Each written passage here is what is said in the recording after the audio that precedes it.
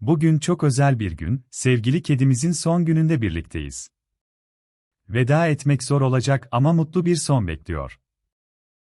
Bir süredir Street Cats olarak çalışıyoruz ve çok fazla terk edilmiş kedi görüyoruz. Ancak bu kedi farklı, ona çok bağlandık. Sahiplenme süreci başladı ve yeni sahibi çok sevgi dolu.